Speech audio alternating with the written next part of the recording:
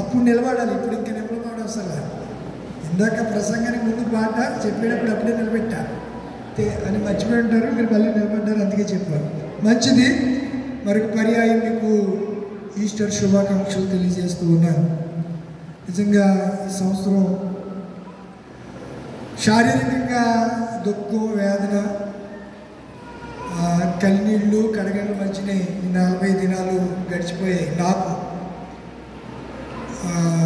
నా ప్రియ తండ్రి, మీతో చాలాసార్లు చెప్పాను, నేను మా నాన్న గురించి చాలా అతిశయంగా గర్వంగా చెప్పుకోగలను. 1 కోటి మందిలో ఒకడుంటే జెన్యూన్గా నీతిమంతుడిగా ఆయన మా తండ్రి.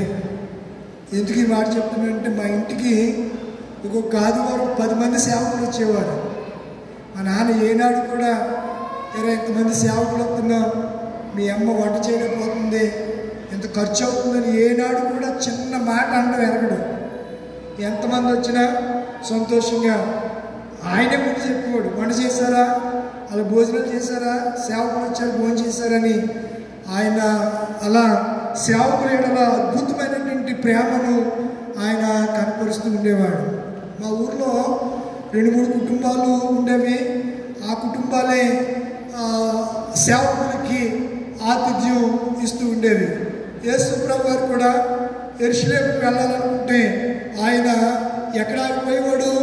బేతనీయలో మరియా, మార్త, లాజరు ఇంట్లో ఆయన ఉండేవాడు. ఎప్పుడు వచ్చినా ఆ ఇంట్లోనే ఆతిథ్యాన్ని స్వీకరించేవాడు. మార్త చాలా విస్తారమైనటువంటి ప్రేమ కలిగింది. దేవుని సేవకుల్ని వాళ్ళ కడుపు నిండా తిండి పెట్టాలి, వారిని చాలా గౌరవంగా చూడాలని ఆతృత కలిగినటువంటి చక్కని సహోదరి మార్త. మరి అంటే చాలా ఉత్తమురాలు. ఎంత ఉత్తమురాలు అంటే యేసు మాటలే ఆమె జీవిత పరమావధిగా ఎంచుకుంది. అందుచేతనే ఆ మరియలు బైబిల్లో రాయబడ్డారు. ఈరోజు కూడా పునరుద్ధాన సువార్తను యేసు ప్రభు వారు మొదట లేచి ఎవరికి కనపడ్డాడు చెప్పండి? మీకా, మనకా, వీళ్ళకా, మనకా? వీళ్ళకే కనపడ్డాడు. మీకే కనిపించాడు. ఎవరికి? మగ్దలేని మరియకు కనిపించాడు. కనిపిస్తే ఆమె యేసు అనుకోలేదు. ఆమె ఎవరు అనుకున్నది? ఎవరో తోటమాలనుకుంది. కానీ యేసు అమ్మ మరియా అని పిలవగానే ఆ పిలుపు ఎక్కడో విన్న పిలుపు. ఆ పిలుపు ఎప్పుడో నన్ను పిలిచిన పిలుపు. ఇలా అమ్మ నన్ను పిలిచింది ఒకే ఒక ఆయన నజరేయుడైన యేసు అని చెప్పి వెంటనే ఆమెకి స్ట్రైక్ అయ్యి ఏమంది? రబ్బూని అంటే బోధకుడా అని అంది. గవ్వ వచ్చి కాళ్ళ మీద పడబోతుంది, ఆయన ముట్టుకోబోతుంది. అమ్మ మరి ఆగు, ఇక నేను పరలోకంలోనికి వెళ్ళలేదు కనుక నువ్వు నన్ను ముట్టుకోకు, వెళ్ళి నేను లేచానని వెళ్ళి ఎవరికి చెప్పాలి? మా మగవాళ్ళు ఏం చేస్తున్నారు? పేతురు చోట ఉన్నాడు, యోహాను గారు చోట ఉన్నాడు, తోమ అనుమానం పేతురు తోమ ఒక చోట ఉన్నాడు. ఇలా రకరకాలుగా చెదిరిపోయారు. ఈ 40 రోజులు సంఘ పెద్దలు వాళ్ళు అందించిన సహకారం నేను ఎప్పుడు చెప్తాను. యుద్ధానికి దావీదు చెప్పిన రాజనీతి లేకపోతే బైబిల్ చెప్తున్నటువంటి ఒక అద్భుతమైనటువంటి నీతి ఏంటంటే, యుద్ధానికి వెళ్ళినవాడు భాగం ఎంతో, యుద్ధ సామాగ్రి దగ్గర కాపలా కాచిన వాడి భాగం కూడా అంతే. ఫిలిష్తీయుల మీదకి యుద్ధానికి వెళ్ళాడు దావీదు. వాడు సామాను అంతా అక్కడ విడిచిపెట్టేశాడు. ఆ సామానం దగ్గర చాలా మంది ఏం చేశారు? కాపులాగా ఉన్నారు. తిరిగి దోపుడు సొమ్మును కొల్లగా విస్తారంగా పట్టుకొచ్చాడు. వీళ్ళు అంటారు యుద్ధానికి వెళ్ళినోళ్ళు వీళ్ళు ఏమీ చేయకోకుండా ఇక్కడ కూర్చున్నారు, వీళ్ళకి ఇవ్వడానికి వీలు లేదన్నారు. దావీదు ధర్మశాస్త్రాన్ని బాగా వడపోసినాడు, బాగా చదివినాడు. అన్నాడు బైబిల్ ఏం చెప్తుందిరా, మనం అందరం సమానమే. పనికి వెళ్ళి పని చేసినవాడు ఎంతో, పని చేస్తున్న వారికి సఫర్యలు చేసి కాపలా కాసిన భాగం కూడా ఇరువురు సమానమే. నువ్వు పని చేసావు, నీకు కావాల్సినటువంటి నువ్వు పనికి వెళ్ళావు, క్షేమంగా పని చేసుకుని వచ్చావు, వచ్చేసరికి నీ వస్తువులన్నీ ఇంత భద్రంగా ఉన్నాయంటే వాళ్ళు కూడా ఏం చేశారు? పని చేశారు. అలాగే నేను ఒక్కడే చేయలేదు, పెద్దలు అందరూ చేశారు. కొంతమంది పెద్దలు ఓ రోజు వస్తే ఓ రోజు రాలేదు. కానీ మీరేమనుకున్నా జాకోబు, ఈయన మోజెస్ 40 రోజులు అంటే నేను ముందు అంత ముందు ఒక 6 రోజులు నేను లేను. మా తండ్రి కాలం చేసిన కాలం చేత రాలేదు. యాక్చువల్గా ఈ సంవత్సరం మీ మధ్యకు రాకూడదు అనుకున్నాను. కానీ ఒక రాత్రి మా నాన్న గురించి ప్రార్థన చేసుకుంటున్న కుటుంబ ప్రార్థన జరుగుతుంది. చాలా బాధ్యతలు ఉన్నాయి. ఈ సమాధి కట్టించాలి అని అనుకున్నాను, టైం కుదరలేదు. కానీ ఇలా ఆలోచించుకుంటూ ఏడ్చుకుంటూ ప్రార్థన చేస్తూ ఉంటే ప్రభు అన్నారు, నీకు అప్పగించిన పనిని నువ్వేం చేస్తున్నావు అని ప్రభు సూటికి నాతో మాట్లాడాడు. నాకు అర్థం కాలేదు ఏ పని. ఇంకా మా నాన్న ఏమన్నా విడిచిపెట్టేసి పని ఏమైనా ఉందా అంటే ఆయన అన్ని ఫుల్ఫిల్ చేసేసాడు. కావాల్సిన ఆశ సంపాదించాడు, ఏ ఇబ్బంది లేదు. మా మరదలకి నాకు ఎలాంటి గొడవలు లేవు, ఆస్తి పంపకాల్లో ఎలాంటి వివాదాలు లేవు, ఆ ఫైనాన్షియల్గా కూడా ఏమి ఇబ్బంది లేదు. అప్పటికప్పుడు విత్ ఇన్ 6 daysలో ఇంచుమించు 3 లక్షల రూపాయలు నా దగ్గర ఉంటే మా మరదలు పంపిస్తే అన్నీ చక్కగా జరిగిపోయాయి, ఏమి ఇబ్బంది లేదు. ఇంకా నా పని ఏంటి అని నేను ఆలోచిస్తున్నప్పుడు ప్రభువారు ఆ యోహాను సువార్త 4వ అధ్యాయం ద్వారా సమరయిస్తీతో పనిని గురించి మాట్లాడుతూ శిష్యులు ఆమెతో మాట్లాడుతుంటే, శిష్యులు వచ్చేసరికి యేసు ప్రభు ఆమెతో మాట్లాడుతుంటే ఆయన అంటాడు కదా, నా తండ్రి పని గుర్తించి నాకు ఆహారము ఇదే ప్రభు అని చెప్పి అప్పుడు జాకోబుకు ఫోన్ చేసి నేను సోమవారం నుంచి వస్తాను అని చెప్పి రాకూడదని ఫోన్ చేద్దాం అనుకున్నాను. తెల్లారి రాకూడదని ఫోన్ చేద్దాం అనుకున్నప్పుడు రాత్రి దేవుడు మాట్లాడితే ఉదయం ఫోన్ చేసి మీరు కంగారు పడకండి, నేను సోమవారం నుంచి మీ మధ్యకు వస్తాను అని చెప్పాను. నేను వచ్చిన మొట్టమొదటి ప్రార్థన అంటే మా నాన్న మా నుంచి దూరం అయిన తర్వాత ఈ మధ్యకు వచ్చిన మొట్టమొదటి ప్రార్థన పొడపాటి బెన్ని గారి ఇంటి దగ్గర అనుకుంటా, ఇంటి దగ్గర మొదటి కూటానికి నేను హాజరైన. అంతకుముందు కూటాలు చాలా జరిగాయి. ఈ కూటంలో సంఘ పెద్దలు కూడా విశేషమైనటువంటి పని చేశారు. ప్రియులారా, ఎవరిని తక్కువగా మాట్లాడకండి. ఏ సంఘ పెద్దల గురించి వారికి అప్పగించి కొంతమందికి బాధ్యత ఉంటుంది, కొంతమంది ఆ బాధ్యత లేకుండా వ్యవహరిస్తారు. అది ప్రభువుకి తెలుసు. ఎవరిని ఆయన సన్మానించాలో, ఎవరిని గౌరవించాలో ఆయనకి తెలుసు. ఆయన సిద్ధపరిచిన జీతం ఆయన దగ్గర ఉంది. ఎవరికి పనికి ఫలితాన్ని ఆయన ఇస్తాడు. తప్పనిసరిగా పనికి జీతాన్ని ఇవ్వగలిగిన దేవుడు ఒక ఆయన ఉన్నాడు. చాలా ప్రయాసపడ్డారు. మళ్ళీ చెప్పడానికి వాక్యంలోకి వెళ్ళాక నేను విషయాలు చెప్పను, అందుకే ముందుగా చెప్తున్నాను. అలాగే స్త్రీల సమాజం మీరు కూడా చాలా 40 దినాలు మరి ఆధ్యాత్మికంగా మీరు ఎలా ఉంటారో రాబోయే దినాల్లో వేచి చూడాలి. మీ ఫలాలు ఎలా ఉంటాయో. ద్రాక్ష చెట్లు పూత పట్టేసి ఉంటే నక్కలు ఏం చేస్తాయి? చెప్పరేంటిలా చెప్పారు కదా. ద్రాక్ష చెట్లు అనగా ద్రాక్ష వనం అనగా సంఘం.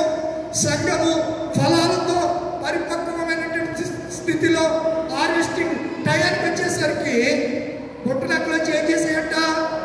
పాడు చేసేసాయి. వాటికి ఏ నక్కలు సహాయం చేసాయంట? సహాయం చేసే నక్కలు ఉన్నాయి. సహాయం చేసే నక్కలు, గుంట నక్కలు ఆ తోటని పాడు చేసేసాయి. సంఘాన్ని ఎవరు పాడు చేస్తారో దేవుడు వారిని తప్పకుండా పాడు చేస్తాడు. ఎందుకనగా సంఘం క్రీస్తు యొక్క శరీరం అండి. సంఘం ఎవరు? క్రీస్తు శరీరం. సంఘము కొరకు క్రీస్తు నలుగుగట్టబడ్డాడు. ఆయన సిలువలో ప్రాణం పెట్టాడు. కనుక ఈ దినం మనకి ఇవ్వబడినటువంటి పాఠాలను కనుక మనం ఆలోచన చేస్తే చాలా అద్భుతమైన సంగతులు ఉన్నాయి. కనుక ఆ రీతిగా సంఘ పెద్దలు చాలా విశేషంగా ప్రయాసపడ్డారు. ఒక చిన్న విశాల హృదయంతో మీరు ఆలకించండి. మీరు మరి మీ అలవాటు మీ వాడుకో తెలీదు. నేను ఏఎల్సీలో సీనియర్ సేవకుడు పాస్టర్గా నేను పనిచేశాను.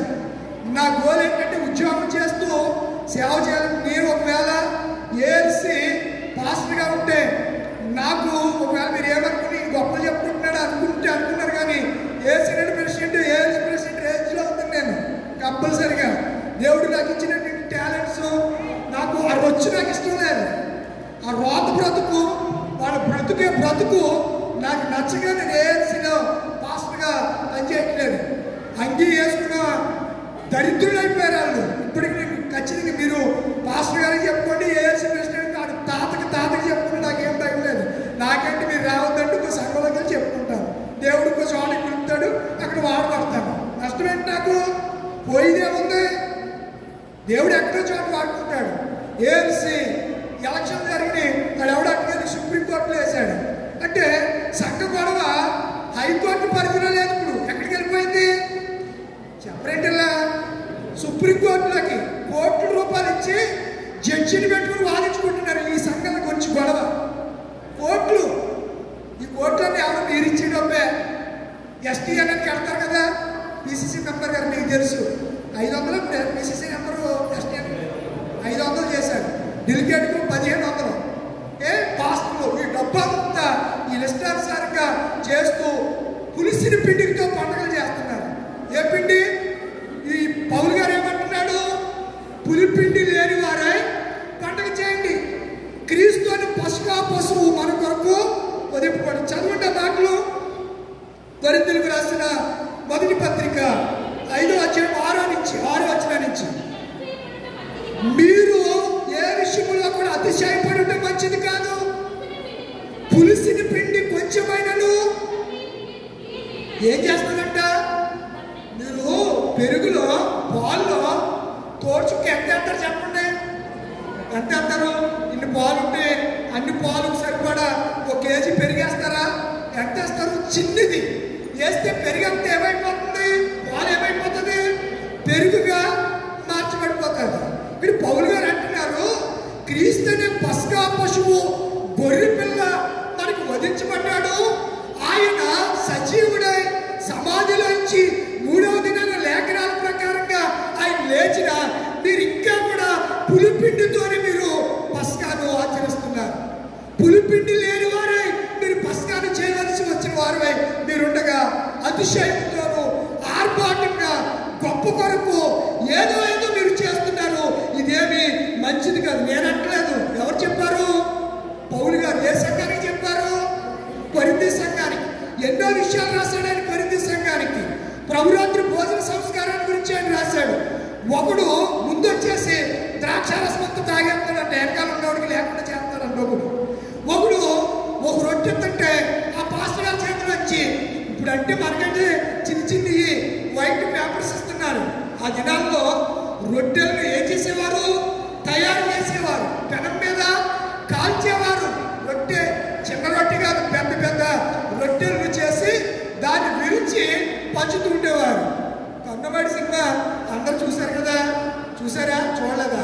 చూస్తే అందులో రొట్టెలు పంచితే ఆ రొట్టెలకి ఎగబడి కొట్టుకున్నట్లుగా ఆ దినాల్లో ప్రభురాత్రి సంస్కార భోజనం పద్ధతి పాడు లేకుండా తినేస్తా ఉంటే, మీరు ఇలా తినేస్తే మీరు జబ్బు వచ్చి పోతారని చెప్పాడు. అన్నాడండి. మీరు కొరింథీయులకు రాసిన మొదటి పత్రిక 11వ అధ్యాయాన్ని మీరు పరిశీలన చేస్తే, ఇలా చేస్తున్న వాళ్ళు మీరు అనేక మంది రోగులై చనిపోతున్నారు, కాలం చేస్తున్నారని గద్దించాడు. కనుక ఈస్టర్ పర్వదినం ఇది ప్రపంచవ్యాప్తంగా ఉన్నటువంటి జరుపుకునే పండుగ. కొన్ని పండుగలు ఆయా ప్రాంతాల్లో మాత్రమే చేసుకుంటారు. కానీ ఈస్టర్ పండుగ అనేది సర్వ మానవాళ్ళు జరుపుకునే పండుగని నేను మీకు జ్ఞాపకం చేస్తున్నాను. దేవుని విమోచన కార్యంలో అత్యంత శక్తివంతమైనటువంటి కార్యము పునరుద్ధానము. పునరుద్ధాన శక్తి మానవునికి మరణ భయాన్ని తొలగించింది పునరుద్ధానం వల్ల. అంత మాత్రమే కాదు, ప్రతి మనుషుడు క్రీస్తుతో యుగాలు జీవించడానికి గొప్ప నిరీక్షణ కలిగజేసింది పునరుద్ధానం. క్రీస్తు యొక్క మరణము లేకపోతే క్రీస్తు యొక్క మృత్యుంజయ జీవితం అని నేను జ్ఞాపకం చేస్తూ ఉన్నాను.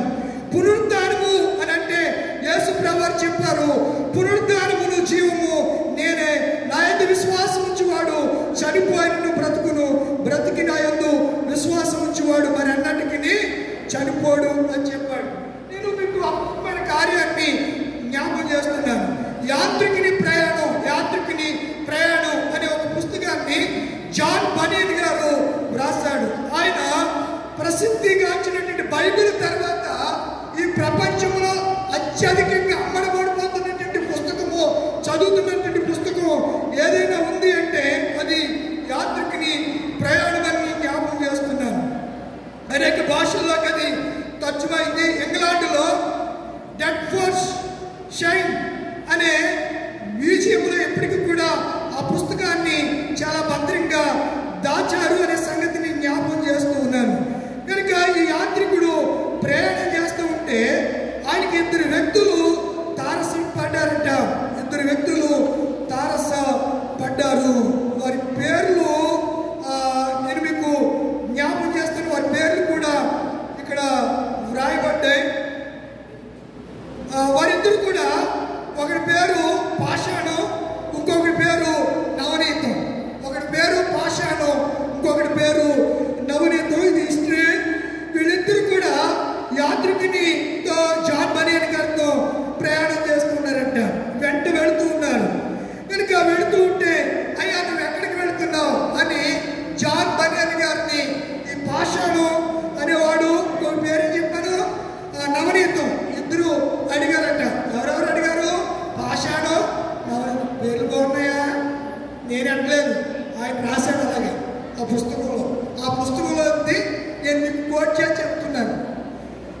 వీళ్ళిద్దరూ అడిగారంట, నేను ఎక్కడికి వెళ్తున్నాను? యేసయ్య దగ్గరికి వెళ్తానని చెప్పాడంట. ఎక్కడికి వెళ్తున్నాను నేను? యేసయ్య. మీరు కూడా వస్తారా? అదే మేము రాలేమండి, మాకు ఎన్నో బరువులు బాధ్యతలు ఉన్నాయి అంటున్నాడంట. అలాగే మీరు రాకపోయారని ఒక బరువైన మూట భుజాన్ని వేసుకుని ఆయన అలాగే సాగిపోతున్నాడు. ఈడ్చుకుంటూ, నడుచుకుంటూ, గుడ్డుకుంటూ, నేర్సిపోతూ అలాగే ప్రయాణం చేస్తున్నాడు. గమ్యం వచ్చేసరికి ఎక్కడ అలుపనేది లేకుండా, అలుపొచ్చిన దీక్షతో, పట్టుదలతో గమ్యం వరకు పరిగెడుతున్నాడు. చాలా మంది తీర్మానాలు చేసుకుంటారు. కొత్త సంవత్సరంలో తీర్మానం చేస్తారు, ఈ సంవత్సరంలో ఒక ఆదివారం కూడా అన్నమన ఒక్కరోజు కూడా ప్రార్థన మాత్రం ఒక ఆదివారం అంటారు. బాగోపోతే పర్వాలేదు. కొన్నిసార్లు బద్ధకం, అది ఎవడిచ్చాడు ఆ బద్ధకం? ఆ సోమరాడు ఉన్నాడు కదా. ఏ సోమరాడు? బద్ధకం సంఘానికి అధ్యక్షుడాడు. ఎవడు? ఆ సోమరాడు. అంటాడు, ఎందుకు పోలేదు కదా, ఎందుకు లేక కొడుకో, ఆ మైకులు ఏం పడతాలే, మన ఇల్లు ఇక్కడే కదా. అందులో మీరు చాలా అదృష్టవంతులు. గుడి మధ్యలో ఉంది, ఇంకా అటు లేదు పేట, ఇటు లేదు. ఈ మొత్తం అంతా కోటలో లేదు, పేటలో వచ్చేస్తుంది. మొత్తం అంతా ఎక్కడికి వచ్చేస్తుంది? పేటలోకి వచ్చేస్తుంది. ఏంటి? సువార్త. అందుకని కాలు మీద కాలు వేసుకుని మా ఊర్లో పొరుకుబట్టల తామాసు, పొరపాటు తామాసు కాదండి, పొరుకుబట్టల తామాసు అని ఉండేవాడు. పొట్టాడు, సంగ పెద్ద మహా తిట్ట, తెలుగుగలవాడు, ఇంటికెట్టాడు, మామూలు కాదు. ఓ రోజుని ఇలాగ ఆరాధన చేస్తుంటే తాగేసి వచ్చి ఏది అంటున్నాడు. ఉంటాడు మనిషి. నాకు అప్పుడు బాగా ఎవరిప్రాయం కదా, ఇప్పుడంటే వయసు వచ్చింది పిల్లలు. అప్పుడు ఇలా పీకి ఇలా పట్టుకున్నాను, పట్టుకుని అలా లేపి అలా చేటట్టే అనుకుంటున్నాను, కొడుకున్నాను. ఈలోపు వచ్చేస్తారు. వచ్చేది నీకు వెనకాల అన్ని వాళ్ళు ఉంటారు కదా, దవిడి దిగుడు అయిపోదా వాళ్ళకి. వాళ్ళు వచ్చారు, వేసేటప్పటికి తెల్లారి మా ఇంటికి వచ్చేసాడు. నేను కోడిగట్టు కదా, మా ఇల్లు చూశారు కదా. మా ఇల్లు ఎక్కడ? కోడిగట్టు అంటారు. అది పేటకని మాకు చిన్న కిలోమీటర్ దూరం. అక్కడికి వచ్చాడు. పొద్దున్నే వచ్చేసి, బావా శేఖరా అన్నాడు.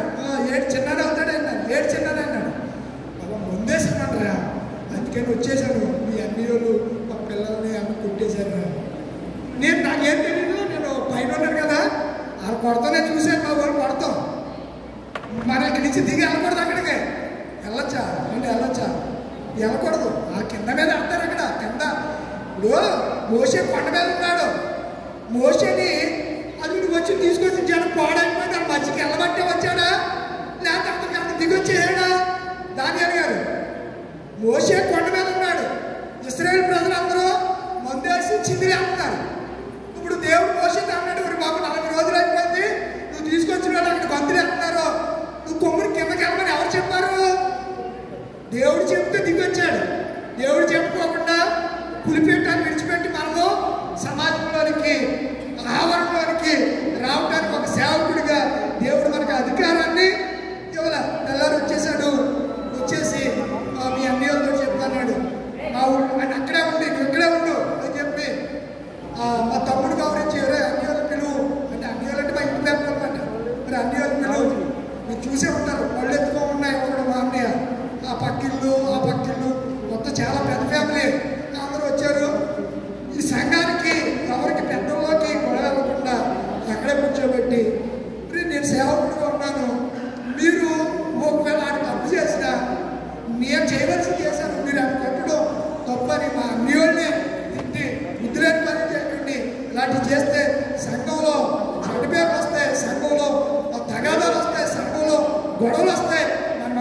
తండ్రికి పిల్లలుగా సంఘంలో ఏక మనసు కలిగి ఏకాత్మ కలిగి ఉండాలి తప్ప పులిసి పిండి కక్ష కార్పణ్యం అసూయ గర్వం ఇవి నాది నా అనే అహంకారము మనలో ఉండకూడదని చెప్పి అసలు ఇప్పటికి కూడా మీరు వెళ్ళి అడగండి, సంఘంలో ఏ చిన్న సమస్య కూడా మందిరంలో ఉండవు. పంచాయతీలు జరుగుతూ ఉంటాయి. అది ఎక్కడో దూరిందని దానికి తప్పులేయటం, వీడేదో చేశాడని, వీడు తాగేసి బూరులు తింటాడని వీడు తప్పులేయటం. ఈ ఊర్లో తక్కువేస్తారు, మా ఊర్లో 50,000 అంటారు వేసి ఇలాగా బొట్టల మీద ఇలా బొట్టలు వేసి తిరగడం తెలుసా? తిరగలే అంటే తిరగడం తెలిసి తిరగలకు కన్ను ఉంటుంది కదా, దానికి తాడు కట్టి ఆ తాడుని మెళ్ళేస్తారు. ఇది తెలీదు ఎక్కడేస్తారు, మెళ్ళేస్తారు. వాడికి ఇలాగే ఉండాలి. గేదెకి గుదిబండ వేస్తారు, యాసకాలం వచ్చేసింది. గేదెకి మెళ్ళ ఏమేస్తారు? గుదిబండని ఒక కర్రని పొయ్యిను చెక్కేసి తాడు పెట్టి పలుకులే దాంట్లో వేస్తారు. ఎందుకు వేస్తారు? అది ఎందుకు వేస్తారు చెప్పండి, చెప్పండి ఎందుకు వేస్తారు? అది హుషారుగా పరిగెట్టి నీకు దొరకకుండా గొంతులు అయిపోకుండా అది అంటారు. వీడు కుదిరిగా ఉండలేదు, ఈ నెలలో గుదిబండ అంటే పెళ్లి చేసేయాలని అర్థం.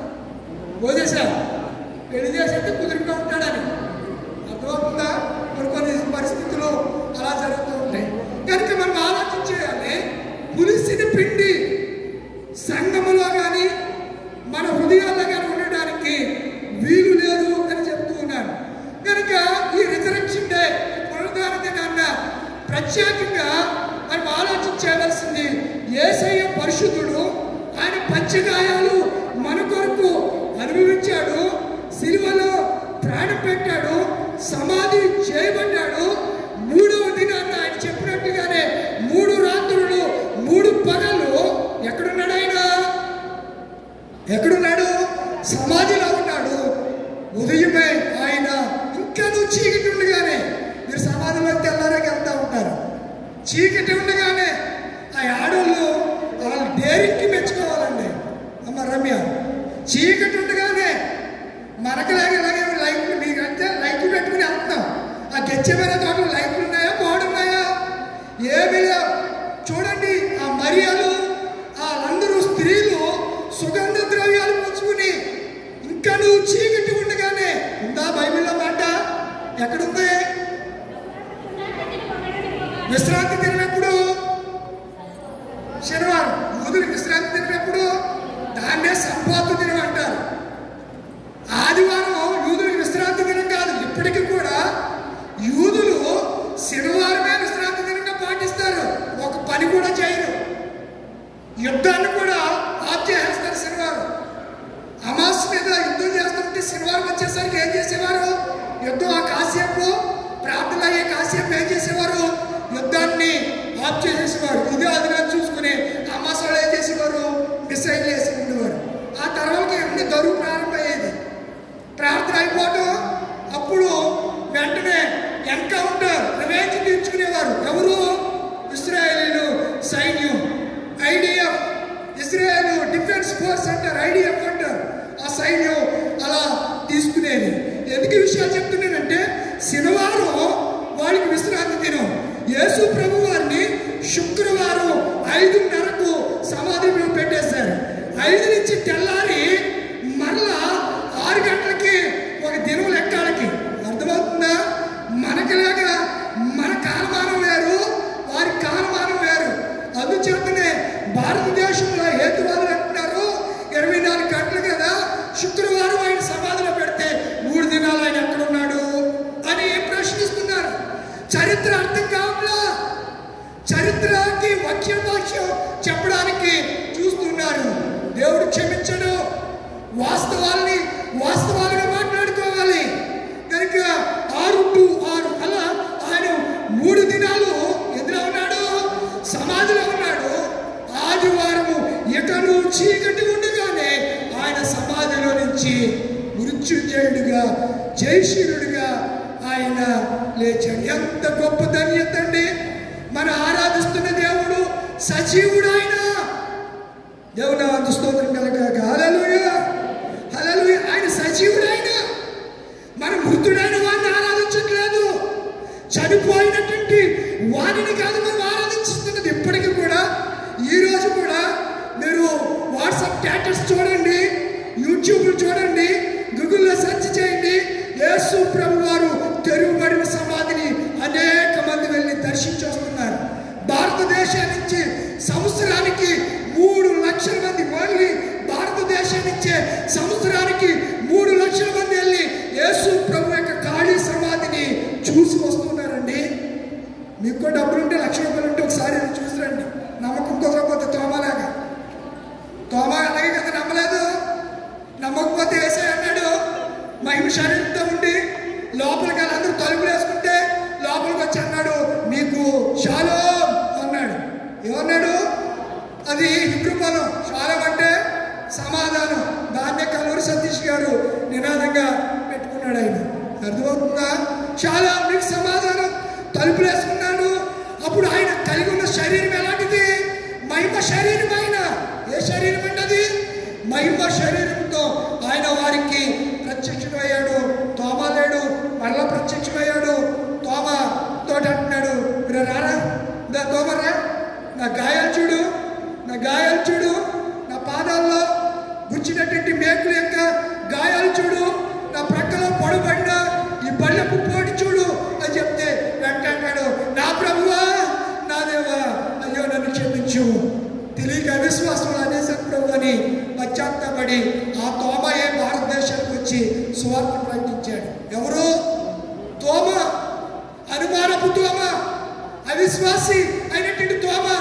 ఒక బలమైనటువంటి యోధుడు ఎప్పుడయ్యాడు? క్రీస్తు సజీవుడై తన్ను తాను కనపరుచుకున్న తర్వాత, దేవుని స్తోత్రం కలుగుగాక, హల్లెలూయా. ఎప్పుడయ్యాడంటే తన్ను తాను ప్రత్యక్షపరుచుకున్నాడు శిష్యులందరికీ ప్రత్యక్షపరుచుకుంటే శిష్యులందరూ నలుదేశాలకు, నలుదిశలకు వెళ్ళి సువార్తను ప్రకటించారు. అందులో ఆయన తోమ గారు ఈ తమిళనాడు ప్రాంతానికి వస్తే బర్తిలోమై బొంబాయి వచ్చాడు. బర్తిలోమై, ఇది చరిత్ర, ఎవడ కాదన్నాడు, నీకు తెలియదు. అవునా? నీకు కూడా అనుమానాలు ఎక్కువ కాబట్టి చరిత్ర తెలియదు. ఒకవేళ తెలుసుకోవాలంటే గూగుల్లో వెళ్ళి సెర్చ్ చేసి భారతదేశానికి ఎవరు వచ్చారు, బర్తిలోమై వచ్చాడా లేదా, ఏ ప్రాంతానికి వచ్చాడు. అందుచేతనే బొంబాయిలో శివసేన అని ఒక పార్టీ ఉంది. ఏ పార్టీ? శివసేన. దాని అధ్యక్షుడు బాబు ఠాకరే. చచ్చిపోయాడు, ఇప్పుడు లేడు వాడు, ఇప్పుడు చచ్చిపోయాడు. ఇప్పుడు ఆదిత్య ఠాకరే, శివరాజ్ ఠాకరే అని వారి యొక్క కొడుకులు ఆ పార్టీని వారు దాన్ని చూసుకుంటున్నారు. మొన్న ఎలక్షన్లో మహారాష్ట్రలో ఏమొచ్చింది? బీజేపీ కూటమి ప్రభుత్వం అధికారంలోనికి అక్కడ వచ్చింది. ఒకసారి ముగుండ శాంతారావు, ఆయనది ఇక్కడే అవినిగడ్డ అనే ప్రాంతం. ఆయన సువార్తను ప్రకటించుకుంటూ ప్రతి ఊరిలోనూ యేసు రక్తము ప్రతి పాపము నుండి మిమ్మల్ని పవిత్రం చేసే రక్షకుడని గోడ మీద చాలా తక్కువ చదువుకున్నాడు. రాసుకుంటూ ఒక సైకిల్, అందులో పేటి డబ్బాలు పెట్టుకుని భారతదేశం అంతా తిరుగుతూ ఒకసారి ఎక్కడికి వెళ్ళిపోయాడంట, ఆ మహారాష్ట్ర వెళ్ళాడంట సైకిల్ మీదే. ఆయన బతుకున్నంతకాలం గెంజి పచ్చడి మెతుకులు తింటూ కడుపు నింపుకుంటూ క్రీస్తు సువార్తను ప్రకటించాడు. ఆయన పేరు ముగుండి శాంతారావు అవునిగడ్డ. సంఘాలు కట్టాడు, చాలా గొప్ప సేవ చేశాడు. ఆయన మహారాష్ట్ర వెళ్ళిపోయి దారి తెలియక అడవుల్లోకి వెళ్ళిపోతే అడవుల్లో నుంచి శివసేన పార్టీ అధ్యక్షుడు ఒకరోజు అందులో నుంచి ఆ జంగిల్ నుంచి, అడవిని జంగిల్ అంటారు, అడవి నుంచి బయటకు వస్తున్నాడంట. స్పీడ్గా వెళ్ళిపోయి అడవులంటే ఇతను ఎందుకు వచ్చాడు ఇలాగని చెప్పి వెళ్ళిపోయినాడు. మరలా బ్రేక్ కొట్టి మళ్ళీ ఎక్కడ బ్యాక్ చేసుకుని వచ్చి అడిగాడంట, ఏంటి నువ్వు ఎక్కడి నుంచి వచ్చావు? ఏంటంటే నేను ఇలా యేసు ప్రభు వారి మాటలు రాసుకుంటా ఇలా తప్పు తెలుగులోనే మాట్లాడాడు. ఆ మాట్లాడితే అతనికి మరి ఎలా అర్థమైందో ఏంటో తెలీదు. రా అని చెప్పి కారు ఎక్కించుకుని మంచి హోటల్కి తీసుకెళ్ళి తృప్తిగా భోజనం పెట్టి వెళ్ళిపోతూ ఒక ఐడి కార్డు ఇచ్చాడంట. ఎందుకు ఇచ్చాడంటే ఇది జంగిల్ కదా, ఈ రాత్రి ఈ అడవిలో ఏ క్రూరమృగం మాకు తెలుసు, ఈ ప్రాంతం ఎలాంటిదో, పులులు సింహాలకి నిలవైనటువంటి జంగిల్లో చీకటిలో రాత్రి నువ్వు ఎలా బ్రతికి పట్టగలిగావో ఒకసారి మాతో చెప్పంటే, ఏముందండి అలసిపోయి ప్రవచన వలకాలని చెప్పి చుట్టు తిరగా ఒక గుండ్రంగా ఒక గీత కాసి ఆ సర్కిల్లో నేను నిద్రపోయాను. తెల్లారి సూర్యుడు నా కళ్ళ మీద పడుతుంటే నాకు మెలకు వచ్చింది. లేచి చూస్తే నేను గీసిన గీట అవతల సింహాలు పులుల యొక్క అడుగులు ఉన్నాయి. రండి మీరు చూదురు గారని చెప్పి అది చూపించాడు. నేను ముందు చెప్పలేదు. చూపిస్తే అతడు మారిపోయాడండి. ఆ రోజుల్లో అతడు మారిపోయాడు. ముగుండ శాంత చదువు లేదు అతనికి. పచ్చడి బతుకులు తింటూ అన్నం వండుకుని ఆ గెంజి తాగుతూ అందులోనే నిమ్మరసం ఉప్పు కలుపుకుని ఆ గెంజి తాగుతూ ఆ గెంజి అనమే ఎవరన్నా మీలాంటి అన్నం పెడితే తినేవాడంట. లేకపోతే గెంజి కాసుకుని వచ్చిన స్టవ్ ఉండేది. గొప్ప సువార్తను చేసేది. ఎవరో ఆయన ఎందుకు చేశాడంటే యేసుక్రీస్తు ఏమై ఉన్నాడు? ఆయన సజీవుడు. యేసు సజీవుడు కనుకనే ఆయన కొరకు అనేక మంది ప్రాణత్యాగం చేశారు. ఈ భారతదేశంలో కుష్టి వ్యాధి గ్రస్తులకి సువార్తను ప్రకటిస్తూ వారి గాయాలను కడుగుతూ ఉండగా 1996లో ఎప్పుడో గ్రహాం స్టీన్ అనే ఆస్ట్రేలియా మిషనరీని హిందూ మతోన్మాదులు ఒరిస్సాలో అర్ధరాత్రి ఒక వ్యానులో వారు నిద్రిస్తున్నారు. వాళ్ళ కుమారులతో కలిసి నిద్రిస్తుంటే కొంతమంది వ్యక్తులు ఏం చేశారు చెప్పండి? పెట్రోల్ పోసి వ్యాన్ని తగలబెట్టేశారు. 3 తండ్రి 2 కొడుకులు సజీవ సమాధి అయిపోయారు. ఎందుకు వారు హతసాక్షులు అయిపోయారు? క్రీస్తు సజీవుడు. నేను చెప్పాలనుకుంటున్న మాట, క్రీస్తు సజీవుడు. సజీవుడైనటువంటి వారిని మీరు మృతుల్లో ఎందుకు ఎదుగుతున్నారు చెప్పండి? నేను లేచానని చెప్పండి. ఎవరికి చెప్తున్నాం మనం? ఎవరికి చెప్తున్నాం? చక్కగా ఒక దండయాత్ర ఊరేగింపు చక్కగా ఏర్పాటు చేసి మా యేసయ్య మా కొరకు సిలువలో ప్రాణం పెట్టి 3వ దినం సజీవుడా లేచాడు, మా యేసయ్య ఇలాంటి వాడు అని పురవీధుల్లో నిలిచి చెప్తే ఎప్పుడు ఈ 4 గోడల మధ్యనే మనమే చెప్పుకుంటున్నాం, మనమే పాడుకుంటున్నాం, మనమే సమర్థించుకుంటున్నాము తప్ప అలా అనుకుంటే ఈరోజు సంఘం ఉంటుందా? మిషనరీలు వాళ్ళు ఎక్కడ ఇంగ్లాండ్, జర్మనీ, ఆస్ట్రేలియా ఎక్కడెక్కడి నుంచో యూరప్ కంట్రీస్ నుంచి, యూరప్ దేశాల నుంచి ఖండాలు దాటి భారతదేశానికి ఎందుకు వచ్చారంటే సజీవుడైన యేసుని వారు గుర్తెరిగారు. నువ్వు గుర్తెరగాలి. ఈ 2025 సంవత్సరంలో ఈస్టర్ దినాన్న నువ్వు గుర్తెరగాలి. నువ్వేదో నామకార్థం అనామకుడైన దేవుడు కాదు మనం ఆరాధిస్తుంది. ఎవరిని ఆరాధిస్తున్నావు? సజీవుడైన ఆయన లేచి ఉన్నాడు. ఎక్కడ లేడు?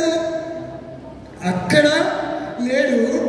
ఒకప్పుడు ఉన్నాడు 3 రోజులు. ఇప్పుడు అక్కడి నుంచి మరి మనం ఎందుకు వెళ్తున్నామండి? ప్రశ్న వచ్చిందా మీకు?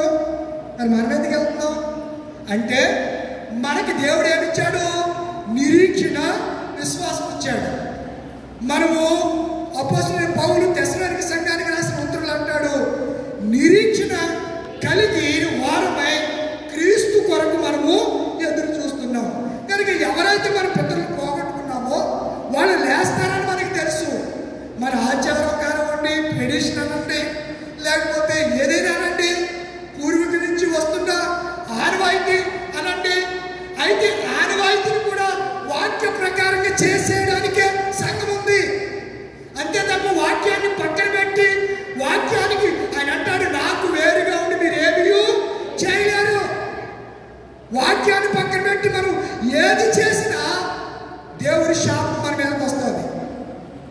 ఏది చేసినా దేవుడి శాపం వస్తుంది.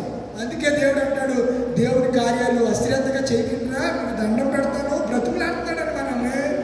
ఎంత ప్రేమ కలిగిన దేవుడు బ్రతుకులాడుతున్నాడు. తెలిసింది నాకు తెలుసు కదా టైము. మీరు కావాలనుకున్నప్పుడు 2 దాకా ఉంటారు. వాక్యం వచ్చినప్పటికీ టైం చెప్తారు నాకు. మొన్న ఒకసారి పోయేసి అన్నాడు పండగ ఎప్పుడో దానికి కదిపితే ఎలాగే ఉంటుంది. పండగ కాదండి 3-4 దాకా ఉండకపోతే ఎలాగండి? టైం ఎంత అయింది? నా టైం ఎంత అయింది? 12:30 అయింది. నేను మీ మధ్యకి వచ్చాను, ఇంటికి వెళ్ళాను, మరలా ఇంటి దగ్గర నుంచి కారు మీద బయలుదేరి మీ దగ్గరికి వచ్చాను. నేనేమి ఊరకనేమి పని పాట లేకోకుండా ఈ ఈ మాటలు చెప్పకపోతే రేపు దేవుడు నన్ను తీర్పులో నన్ను లెక్క అడుగుతాడు. పండగ నన్ను ఎలా సొల్లు కదరా చెప్పవలసింది, నేను సజీవుడయ్యాను లేచిన సంగతి చెప్పకుండా నువ్వేదో చెప్పావు అని రేపు పొద్దున మీరు బాగానే ఉంటారు. బోధకులమైన మాకు ఎన్ని తీర్పులు, మరీ కఠినమైన తీర్పు. మీకు తెలియట్లేదు, మీకు అర్థం కాక అంటే మీకు అసలు ఆ లోతులోకి వెళ్తే కదా. ఏదో పైన పండగ అంటే కిస్మిస్ పండుగ అంటే కిస్మిస్ పండుగ, ఏట పండుగ అంటే ఏట పండుగ, గుడిపాయిడు అంటే గుడిపాయిడు అంటే దీనికే మనం అలవాటు పడిపోయాం. ఆ పండగల అంతర్ధానం ఏంటో, వాటి ఆత్మీయ మర్మం ఏంటో, ఎందుకు యేసు చేయమని చెప్పాడో మనం ఎందుకు చేస్తున్నామో తెలియని పరిస్థితులను కొన్నిసార్లు చేస్తున్నాను. ముగింపులోకి వచ్చేసాను. రెండో పాటు పులిపిండి ఉండకూడదు.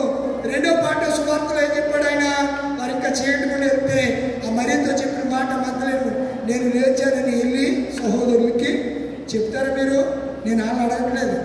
యేసు చెప్పని చెప్పింది ఎవరికే? అమ్మా మిమ్మల్నే చెప్పని చెప్పింది ఎవరికి? మీకే మాక? మీకేనా? మరియతో మధ్యలో అమ్మ నేను లేచానని. అమ్మ మీరు ఎంత ధన్యులండి అబ్బా, అసలు మాకు ఈ భాగ్యం ఇవ్వలేదు, ఈ మగవాడికి భాగ్యం ఇవ్వలేదు. 12 మందిని మేమే అయ్యాము, మగవాడు అయ్యాం. కానీ సీన్ మారిపోయింది, వేసుకున్నావు లేచేసరికి సీన్ మారిపోయింది, తిరగబడిపోయింది. ఎవరికి ఇచ్చేసాడు ఆధ్యక్షత? స్త్రీలకు ఇచ్చేయాడు. మౌనిక నేను చెప్పమన్నాడు, నువ్వు చెప్తున్నావా? ఎవరు చెప్తారో దాన్ని ప్రకటించిన స్త్రీలు మన రమ్య కోట్ చేసింది, సైన్యముగా ఉన్నారు. సువార్తను ప్రకటించే స్త్రీలు ఎలా ఉన్నారు? సైన్యముగా ఉన్నారు. కనుక ఈస్టర్ అంటేనే ఆడల పండుగ. విధంగా చెప్పాలంటే ఈస్టర్ అంటేనే ఆడల పండుగ. మరి ఆడే కదా పొద్దున్నే చీకటితో ఏమట్టి వెళ్ళిపోయారు, అత్తరు పట్టుకెళ్ళారు. దేనికోసం? యేసు బాడీకి రుద్దుదామని అంటే పాడే కదా, రుద్దుదామని సుగంధ ద్రవ్యాలు పట్టుకెళ్తే ఆయన అక్కడ లేడు. ఏం చెప్పాడు? నేను లేచానని అమ్మ శిష్యులందరికీ చెప్పండి అన్నారు. కనుక నా ప్రియ తల్లులారా, మై డియర్ సిస్టర్స్, మీరందరూ కూడా రాబోయే దినాల్లో మీరు తలుచుకుంటే ఏదైనా చేయగలరు. మీరు మగవాడిని పడగొట్టేయగలరు. ఒక మగవాడిని ఎక్కడో నిలబెట్టుకుని మీకు అంత పవర్ ఇచ్చేసాడు. మరి ఎందుకు ఇచ్చేసాడు దేవుడు నాకు అర్థం కాదు. ఎప్పటికైనా మిస్టరీయే. మీరు ఏదైనా చేయగలరు. మేము వెళ్ళి వాళ్ళ ఇళ్ళకెళ్ళి మగవాళ్ళు వెళ్తే మీరు నీకేం పని అని అడుగుతున్నారు. ఇప్పుడు రోజులు మారిపోయి కాబట్టి మిమ్మల్ని వెళ్తే మీరు వెళ్ళి ప్రభు కోసం చెప్తే మిమ్మల్ని నో అబ్జెక్షన్, మిమ్మల్ని గొమ్ముని తోలనాడరు, మిమ్మల్ని గెంటేరు. ఎందుకనగా మీరు స్త్రీలు కాబట్టి రాబోయే దినాల్లో ఒకవేళ ఇది పురుష ఆధిక్య సమాజమైన దేవుడు ఏమన్నాడు? యూదుడని గ్రీసు దేశస్థుడని భేదం లేదు, స్త్రీ అని పురుషుడని భేదం లేదు. మనందరము దేవుడి పని చేయడానికి దేవుడు మన కొరకు ఏం చేశాడు? సిలువలో చనిపోయి 3వ దినాన్న తిరిగి లేచాడు. చెప్తారు కదా మీరందరూ? చెప్తారా? వచ్చే ఆదివారం చేస్తారా? ఉమెన్స్ సండే తర్వాత అనుకూలమైన రోజు చూసుకుని చేస్తారా? వచ్చే ఆదివారం యాక్చువల్గా ఏఎల్సీలు పంపించారు. యాక్చువల్గా ఈ వచ్చే ఆదివారమే తల్లి ఆదివారం. వెంటనే ఎందుకు పెట్టారని అంటే ఆ రోజు స్త్రీలు, ఈ మాట చెప్పి ముగిస్తాను, స్త్రీలు సమాజ దగ్గరికి వెళ్ళి సువార్త ప్రకటించారు. కనుక మీరు కూడా ఏం చేయాలి? స్త్రీలన్నీ ఎంకరేజ్ చేస్తూ ప్రోత్సాహపరుస్తూ సంఘంలో స్త్రీకి దేవుడు భగవంతుడు ఎంతో బాధ్యతనిచ్చాడు. మీ ఇంటి బాధ్యతే కాకుండా సంఘ బాధ్యత కూడా మీరు ఏం చేయాలి? భుజాన్ని వేసుకుంటూ మీ ఇంటిలో ఎంత బాధ్యతగా ఉంటారో సంఘంలో కూడా అదే బాధ్యతగా ఉండి ప్రభు చేత ధన్యురాల అని పిలువబడాలి అని దేవుడు ఆశిస్తున్నాడని చెప్పి పూర్వీకులు పెద్దలు 2వ ఆదివారం దినాన్న తల్లుల ఆదివారంగా ఏర్పాటు చేశారు. వచ్చే ఆదివారం మళ్ళీ మీరు ఎప్పుడు చేస్తారో మీ ఒపీనియన్, మీ ఇష్టం. మీరు అన్ని మీకు అనుకూలమైనటువంటి స్థితిగతులు, అనుకూల పరిస్థితుల ప్రకారం మీరు చేసుకుంటారు అని నాకు బాగా తెలుసు. కానీ వాక్య ప్రకారం హిస్టరీ ఎలా ఉందో అది చెప్పడం నా ధర్మం, చెప్పడం నా వంతు. చెప్పవలసిన బాధ్యత ప్రభు నాకు అప్పగించాడు. ఆయన అప్పగించబడిన పనిని నేను చేయాలంతే. మీరు అప్పగించిన పని మీరు చేయండి. మరొకసారి సంఘమంతటికి ప్రత్యేక వందనాలు. 40 దినాలు అద్భుతమైనటువంటి సువార్త జరిగింది. ధ్యానాలు మందిరంలో జరిగే విస్తారమైన ప్రజలు వచ్చారు. అలాగే కృతజ్ఞత రండి, ఎవరైనా చనిపోతే ఆదరించడానికి రండి అంతే తప్ప ఆ కుటుంబీకులు వాళ్ళే కాదు. సంఘం అంటే కమిట్మెంట్, అంటే సంఘం అంటే అందరూ ఉండాలి అంతే. ఎపిపానియా లూథరన్ సంఘంలో ఎవరు చచ్చిపోయినా మన సహోదరుడు, ఎవరు చచ్చిపోయినా మన సహోదరు, వెళ్ళాలంతే. అలా మాకు చెప్పలేదు, అలా మమ్మల్ని పిలవలేదు అని ఆ భేదాభిప్రాయం పెట్టుకోకండి. తప్పనిసరిగా ఈ 2 దినాల్లో ఎలా వచ్చారో అలాగే ఆ మిగతా కార్యక్రమాలకు కూడా అలా అటెండ్ అవుతూ ప్రభు త్వరగా రాబోతున్నాడు. సజీవుడైనటువంటి యేసు మేఘారూఢుడై తిరిగి రాబోతున్నాడు.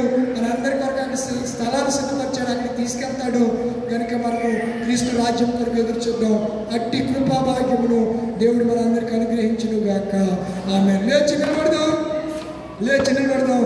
సమస్త జ్ఞానం ఇచ్చిన